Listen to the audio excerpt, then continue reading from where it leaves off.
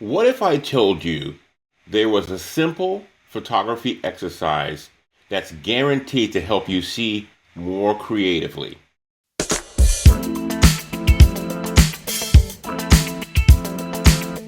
Hi, I'm Len Morton from ShutterbugLife.com, and today I want to share this exercise with you. And if you do this, and you do it exactly as we lay out here, and you don't take any shortcuts, and you don't try and get by without completing the whole thing, I'm willing to guarantee you'll begin seeing more creatively. In fact, if you don't, talk to me. Send me a message and lay out for me what you did. And and I'm so sure about this because I've done it several times myself. And now I want to share it with you.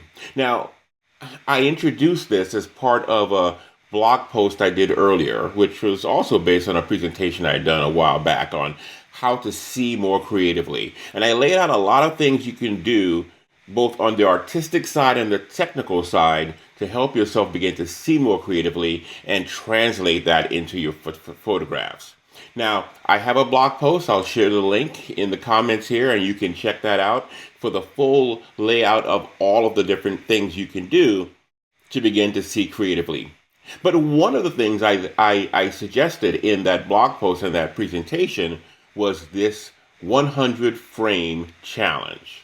I'm framing it as a challenge because I want to challenge you to try it so that you can begin to see more creatively also with your photography.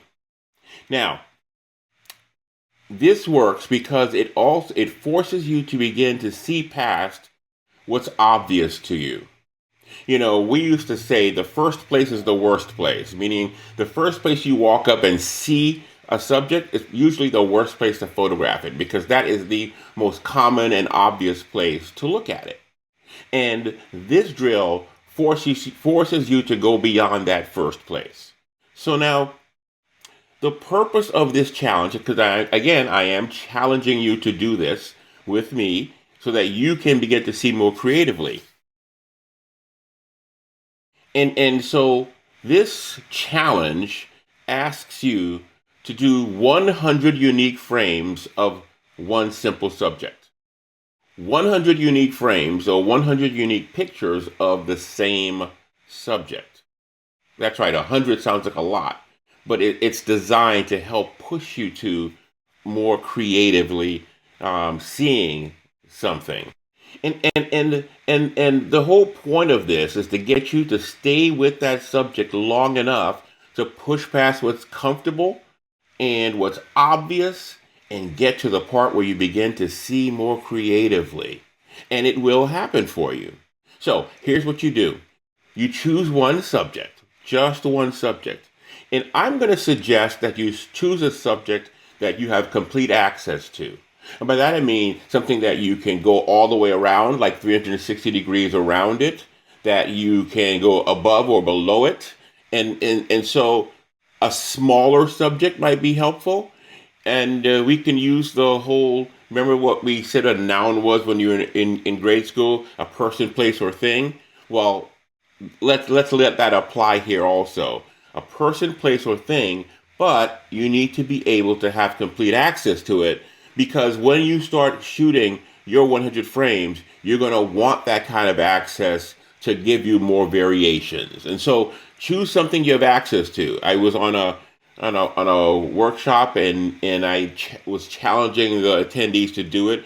And one of my attendees said she wanted to do something on a rooftop a mile away. And I was like, well, you know, that might look interesting to you from here, but you're not going to get the access you need to get 100 unique frames properly. So choose one subject that you can have complete access to, both 360 above and below.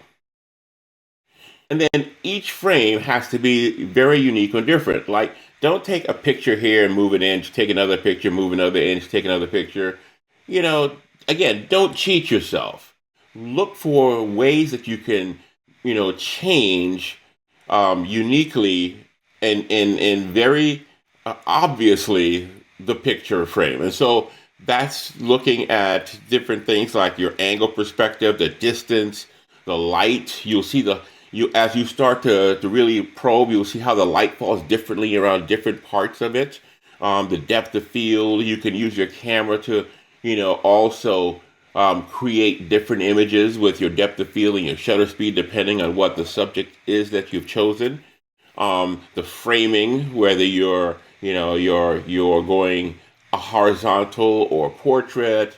All of these things you can use then changing what the background looks like for as you move around. All of these things you can use to create very different and unique pictures. You will begin to see things differently. You'll go in closer and you'll see more details in the texture. You can go out wide and see it in context with everything else that's behind it. You can move around and see it with the difference of the background as you move it to different locations. There's so many ways you can get to 100 frames, and I'm going to invite you to explore all of them. I'm also going to caution you to not use gear to create these differences, meaning don't be changing out your lenses to do this, going from a wide angle lens to a portrait lens to another lens. I think that doesn't really focus on you seeing differently. It's focused on the camera seeing differently. And I want to make that distinction because this is about you seeing differently. So let's limit what we do. As a matter of fact, it would be ideal if you used a prime lens and stuck with it for the entire 100. You don't have to. You can use a zoom lens because you can create different things with that. But I just want you to focus on seeing differently and not what the camera sees as your differences. All right. About editing, people always ask if you can edit. Well, editing is fine, it's optional, but that's not the focus of how we create differences. Again, it's not about what we do in post production, it's about what we do, with our eyes through the viewfinder and using our cameras. So, editing, if you want to do light edits to get, your photos back into, perfect exposure and white balance and all that good stuff, fine. But don't go beyond that to do anything more creative, okay? Now, one of the more important things you'll do in this challenge is the reflection piece. And the reflection piece is also part of the slowing down that this 100 frame exercise is designed to help you to do.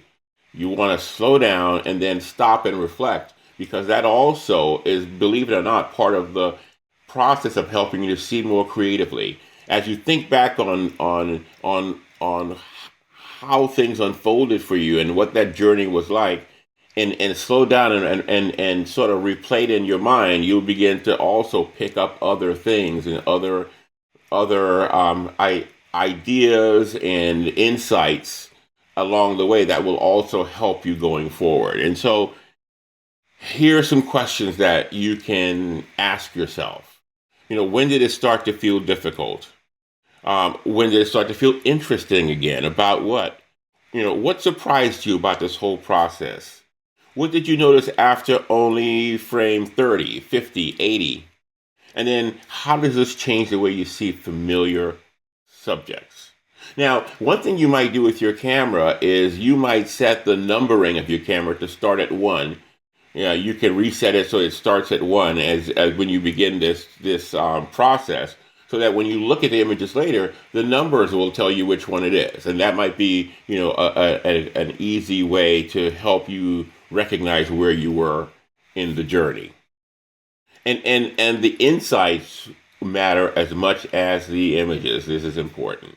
What we're not looking for in this, we're not looking for a best photo contest. This is not about getting an Instagram ready picture that you can post and go look at what I did. This is like more in an internal look at you and what you see differently and how you get to the point that you can be more creative. That's what we're looking for. And so it's not even about technical perfection or anything like that. You are trying to help yourself begin to see more creatively that is the judge of whether or not you did this successfully. And so you're successful if you stayed with that one subject. You did 100 unique images. You discovered a new way of seeing this subject that you would not have normally done. And then if you felt frustrated at some point that you were running out of ideas and then you pushed past it, then awesome, you are on the right path. And if you come in and share these insights with me, I think that's even more important.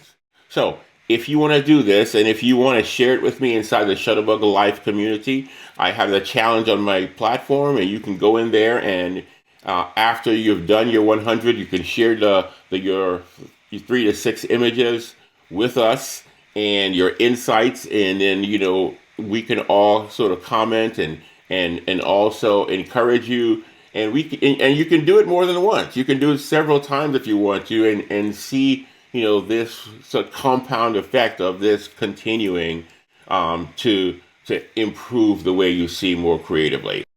In fact, I am going to take the challenge again myself and share my results. So if you want to see what, a successful attempt at this might look like, you can also come on into the community and you'll see what my result of my 100 images challenge is there as well.